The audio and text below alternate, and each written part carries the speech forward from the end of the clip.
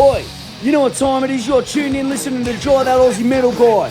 Make sure to hit that like and subscribe button so you don't miss any of his content when it drops. And remember, stay brutal, you mad dogs. Roof.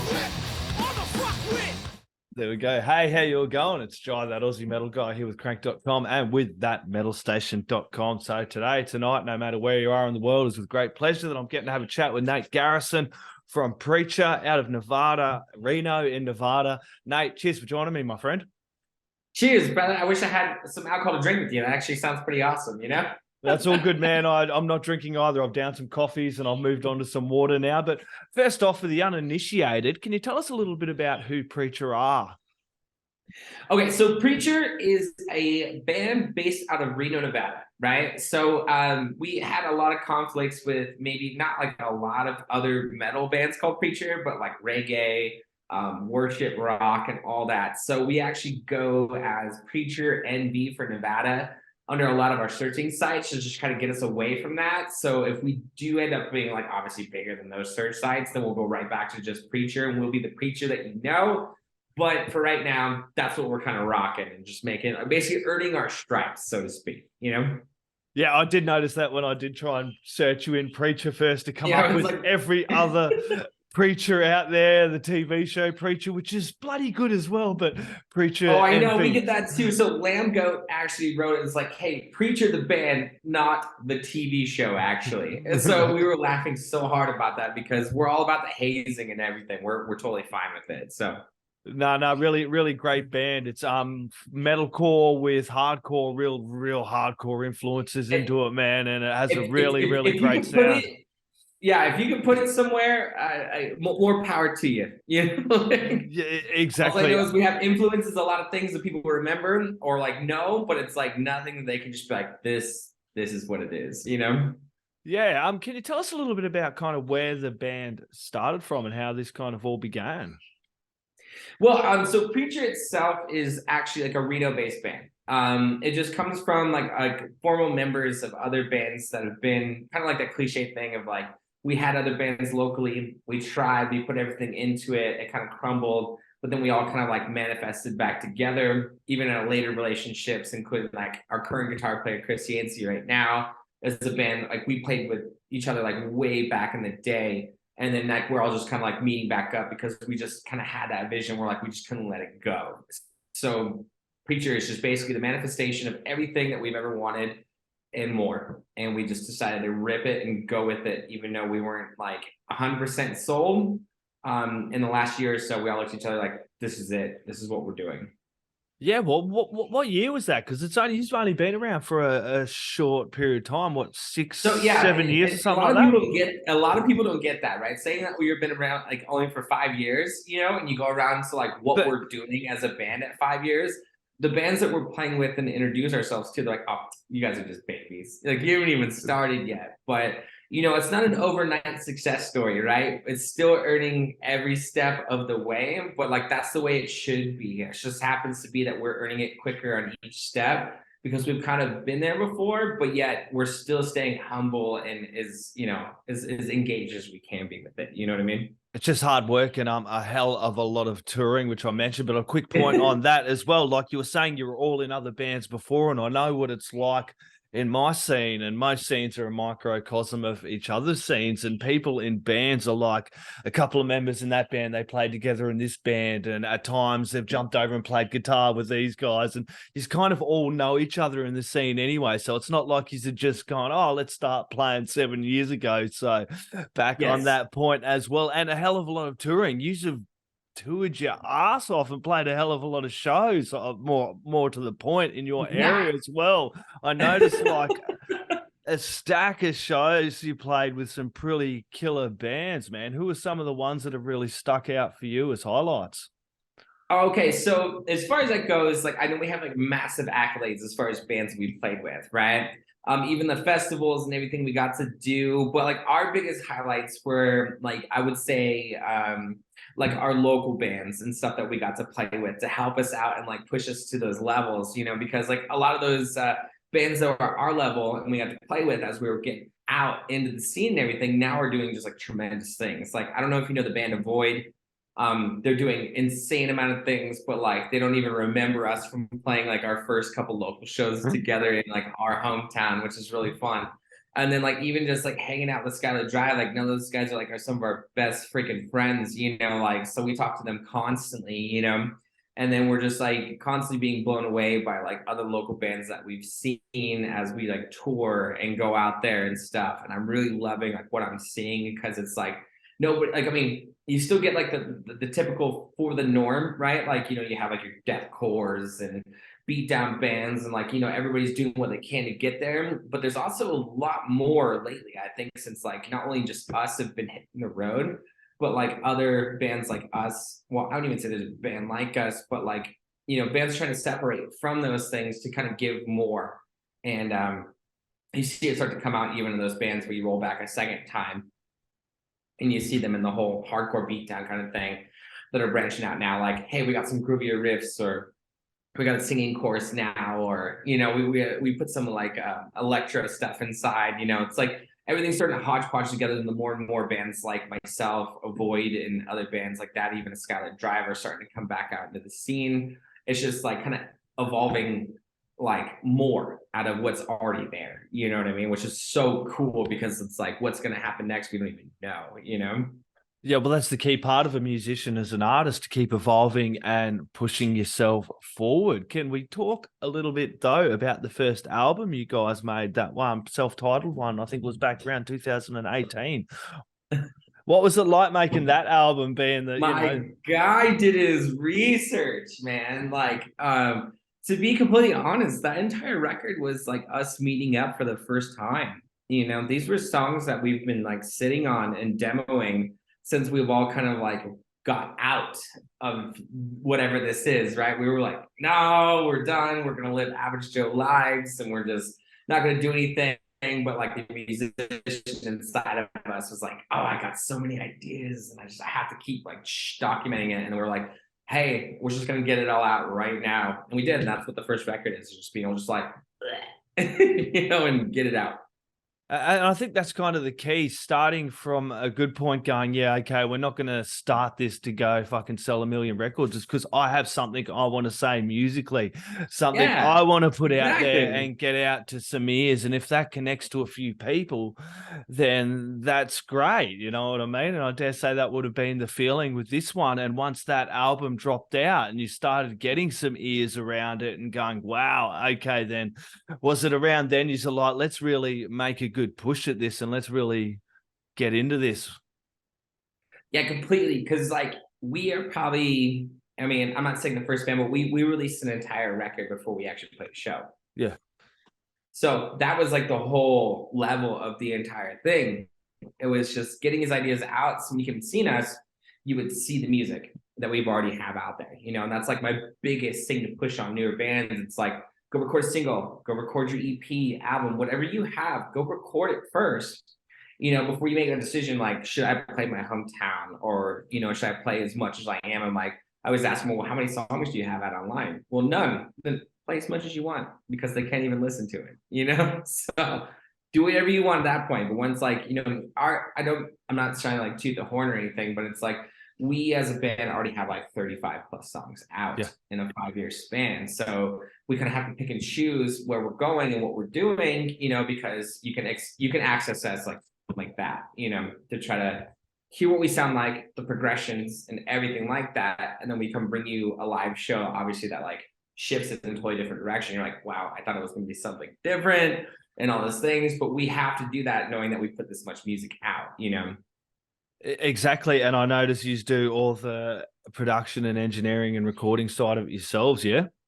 We do, which a lot of people do not pick up on. So I'm glad you finally said that, because usually everybody even asks, even our management company that we're with right now, and everybody keeps asking us like, who produced this? Who did all this? So I was like, we did, you know, like our drummer does like the most of it, and our guitar player is just mental, and like also did the same thing on his side. And like I would say the album deadline was basically all three of us recording our own selves and just sending it into our drummer, and he was just like, here it is, you know. And we're like, holy crap, like this is more dangerous than I think we know, because like we can literally write albums whenever and however we want to at this point, you know. And then it comes back to your previous point as well, as we're talking about bands just getting into the studio and recording that first album. Because not only do you want to be, as a band starting out, being tight in the studio, but also knowing how to lay down that album. Because most bands I do talk to, and we talk about the first album, first recording or whatever, they're all like, oh, fuck, I hated it or I dreaded it. But I'm glad it was done, and it really gave them an eye-opener to what they were expecting, not only that recording side of things, the production side of things, but working together as a band, songwriting, compromising, that whole process, getting that right. Because, as you also mentioned, it's not going to sound the same there live, but to be able to get to that point, you want to be able to know this song, the core of the song, the bones of the song, have that recording out there as well too. Well, to humble that entire experience, right? For most musicians kind of questioning that, like, I have to be 100% prepared, or we've had to play this song at least 17 times live and everything like that.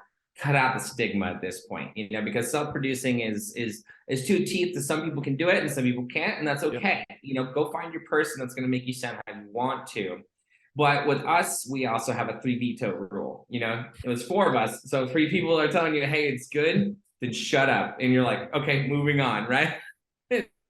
Everybody's usually present. I think I'm the most critiqued because a lot of people kind of get to do their own things and everything like that. But when I track, it's everybody's in the room at the same time. And I'm sitting there just ripping through what I wrote, and I go first rounds. And so this next record that we did was the first time that I ever just wrote anything and just I didn't get to demo anything. I didn't get to rehearse anything. It just came straight from the pipes to the mic, and now made the entire album that's about to come out. So it makes you question as far as are you good enough at your craft? I guess you would say, are you good enough at your craft to just let it rip? Because I didn't just go and was like, hell yeah, this is the best thing I ever did. I looked at everybody. I was like, okay, I just laid this down, what do you think? And everyone's like, phenomenal. We're going to roll with that, So, and I'll let you know too, even after already doing this record, in the short amount of time that we did, we were sitting on it, we're already ready to be like, we're tired and we want to do the next one, So that's the push and pull of, being self-produced, because you're singing an entire album no one's ever heard of yet, and you're like, I'm over it, I want to do a new one. I've talked to a few bands like yourself, and I got that impression pretty quick, and just by looking at the research that I've done here, that you're the kind of band that just really, really want to keep working. The forthcoming album, of course, is called Blur, I believe, is it? Yes, Blur. We still don't have a date yet, because we're still new to coming in and bringing in people and now that curate and help us out with our releases and give us the proper promo and everything like that.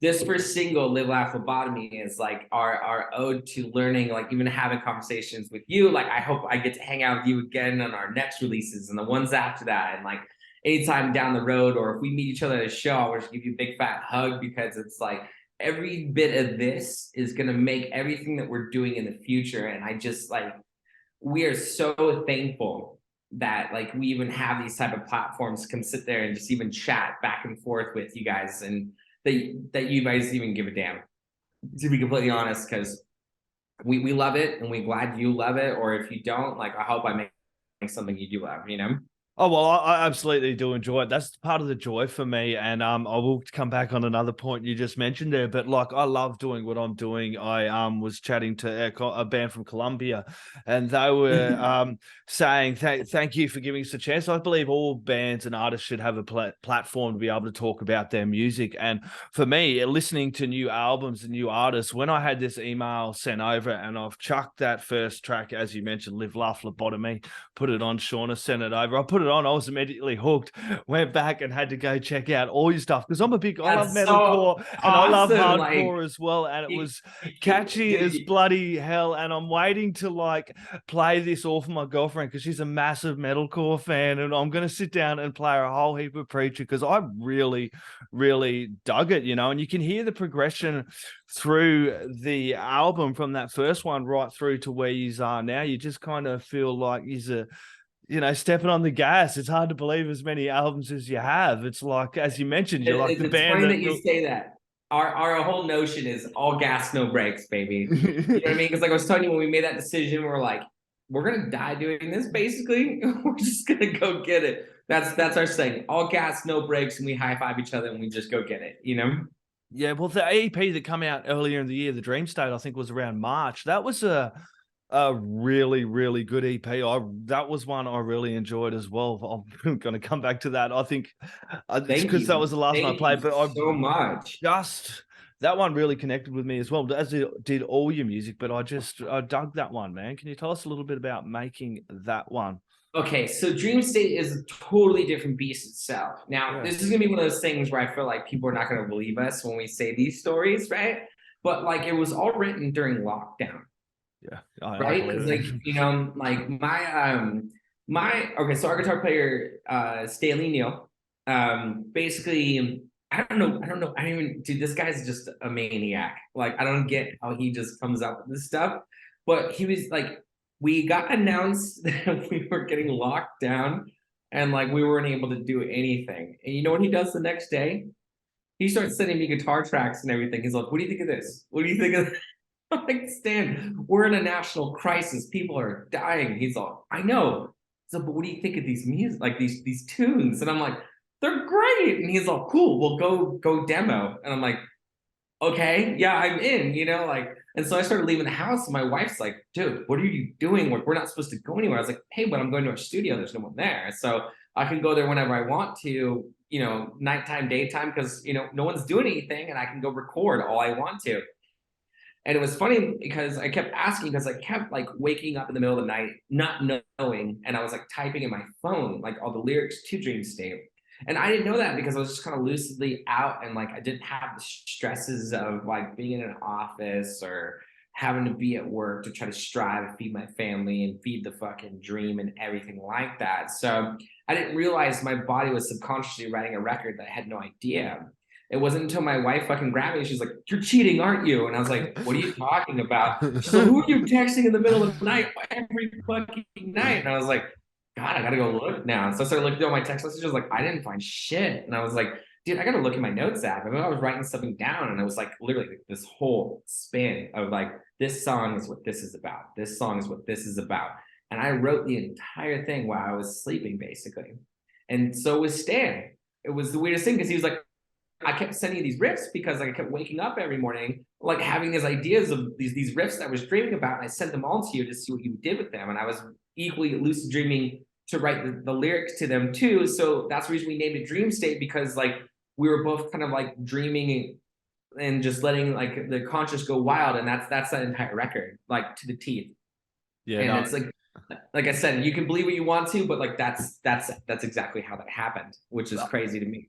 I believe it's a really, really good EP, and I do like the clips that you had. I like how you've done a lot of film clips and for YouTube, because that's kind of the platform now to get music and to kind of push it out as well. So, but those film clips that you've done, the live tracks as well, I think it was The Man Who Laughs.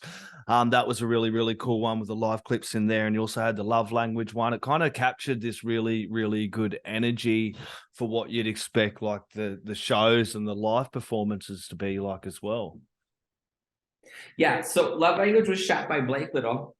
He's currently on tour with The Void right now. It's their TM, which is really funny because like that didn't happen before. Like it didn't happen as he was like on tour with The Void. Like that happened after. So it's like those guys are just our boys at this point. That just like goes there. But like it was funny because it was our first Reno show back from like the whole thing, right? And capacity was only at 150, and we ended up selling over 350 tickets. And we were like, hey, what do we do? And the bar owner was like, we're going to bite the ticket if it happens, let them all in. So that's why it looks like that video is just piled all on top of each other. And it was absolutely menace, right? So, and then the Man Who Laughs video was shot by our boy in Dynasty. He does fantastic video work and everything, and just having his up was like, hey, I know you guys are coming through Arizona. I would love to do some things. So we just kind of hung out all day. And that guy just like blew our minds as far as expectations goes, because we didn't know he was doing all that. We were just hanging out with a friend at that point, and they were just throwing cameras up here and there. And then you see it, you're like, yo, you should have said something. I wish I looked better. You know, I wish I was wearing better clothes or something, you know, because I was not expecting that video to be just so mesmerizing. He just did such a killer job on it, you know? Yeah, I do want to mention as well, Stan. We've mentioned him a couple of times. He does the cleans as well, and it Yes. is the vocal combinations of you both. I think that's what really grabbed me too. I love when you have those really good heavies and those really good cleans, and it just is kind of sat together really well. I can tell you got those real hardcore influences in your vocal delivery, which is absolutely unreal. I'm a big fan of as well. So how does that work when you guys are songwriting together, working these lyrics and things out together as well? Okay, now you're probably not gonna believe this either, right? Because it all comes back to the whole serendipitous thing.